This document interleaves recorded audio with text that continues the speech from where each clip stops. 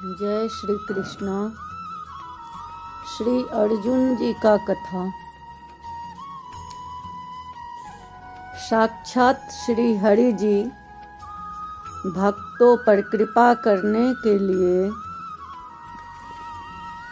जगत के कल्याण के लिए और संसार में धर्म की स्थापना के लिए नाना अवतार धारण करते हैं। वे नर नारायण इन दोनों रूपों में बद्रिका आश्रम में तप करते हैं।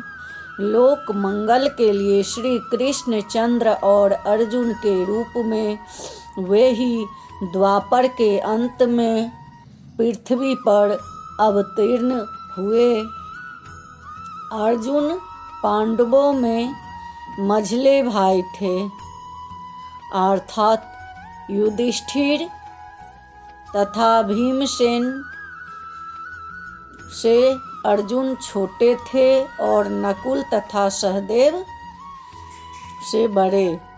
श्री कृष्ण के समान ही उनका वर्ण नभ जल धरश्याम था। सभी पांडव धर्मात्मा, उदार, विनयी, ब्राह्मणों के भक्त तथा भगवान को परम प्रिय थे। किंतु अर्जुन तो श्री कृष्ण चंद्र से अभिन्न उन श्यामा सुंदर के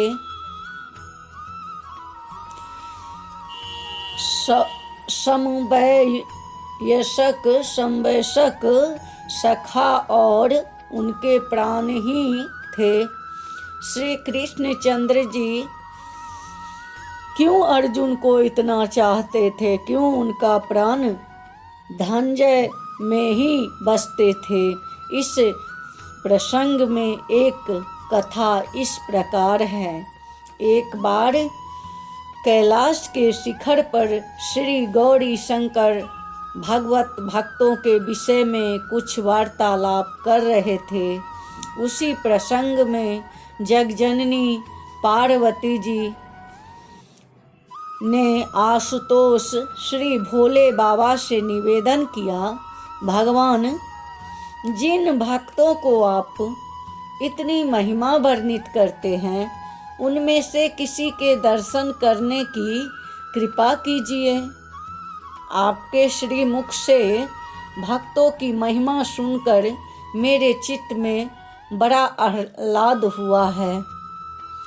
प्राण प्रिया उमा के ये वचन सुनकर श्री भोलेनाथ उन्हें साथ लेकर इंद्रप्रस्थ को चले और वहाँ श्री कृष्ण सखा अर्जुन के महल के द्वार पर जाकर द्वारपाल से पूछा कि कहो, इस समय अर्जुन कहाँ है? उसने कहा, इस समय महाराज सेनागार में पौधे हुए हैं। यह सुनकर श्री पार्वती जी ने उतावली में कहा, तो अब हमें उनके दर्शन कैसे हो सकेंगे? प्रिया को अधीर देखकर श्री महादेव जी ने कहा, देवी, भक्तों को उसके इष्ट देव भगवान के द्वारा ही जागना चाहिए, अतः मैं इसका प्रयत्न करता हूँ। तदंतर उन्होंने समाधिस्थ होकर प्रेमाकर्षण द्वारा आनंद कंद श्री वज्रचंद्र को बुलाया और कहा, हे भगवान, कृपया आपने भक्त को जगा दीजिए। देवी पार्वती जी उनका दर्शन करना चाहती है।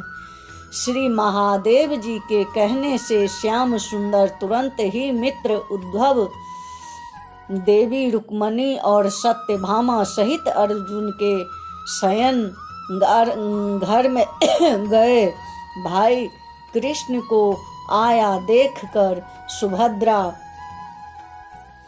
हड़बड़ाकर उठ खड़ी हुई और उनकी जगह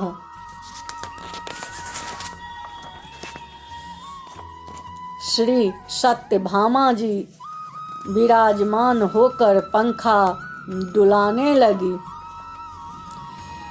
गर्मी अधिक थी, इसलिए भगवान का संकेत पाकर उद्धव जी भी पंखा हाँकने लगे।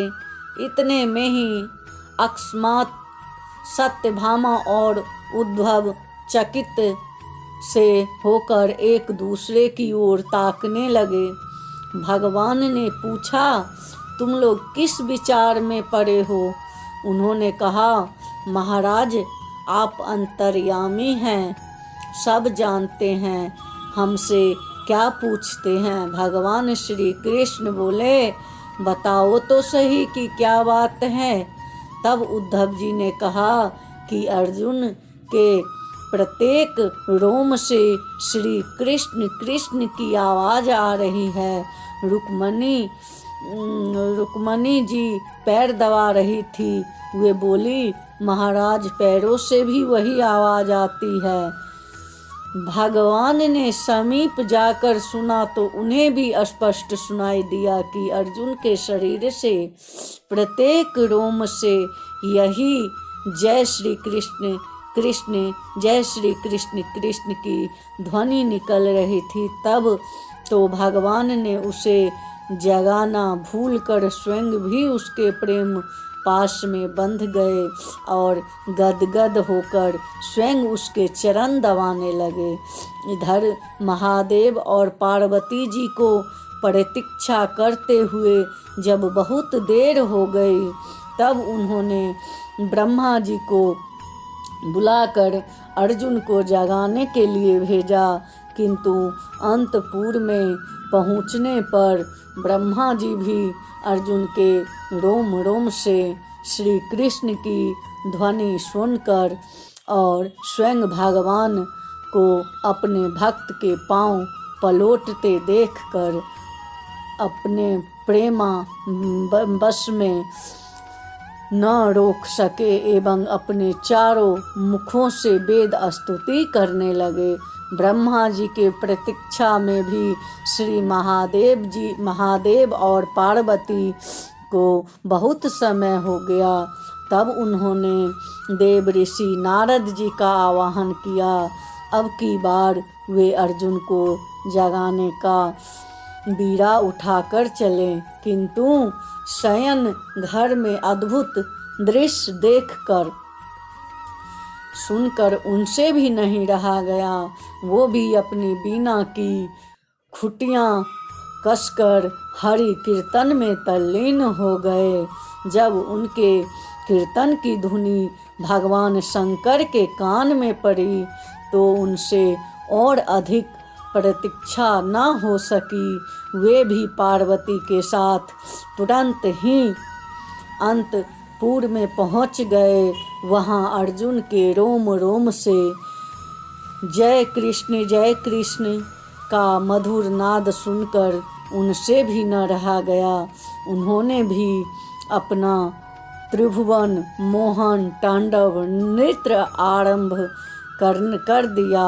साथ ही श्री पार्वती जी भी स्वर और ताल के साथ धुमसुर बानी से सुमधुर बानी से हरि गुण गाने लगी और इस प्रकार संपूर्ण समाज प्रेम उन्मत्त हो गया।